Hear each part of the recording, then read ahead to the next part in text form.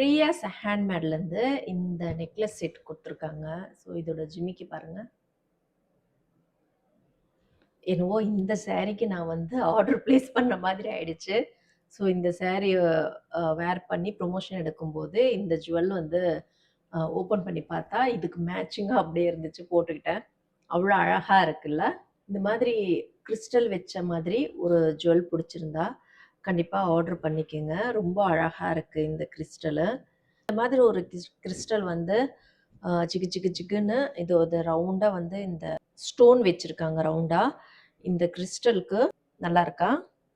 So இந்த 2 செட்டும் உங்களுக்கு ரொம்பவே பிடிச்சிருக்கு.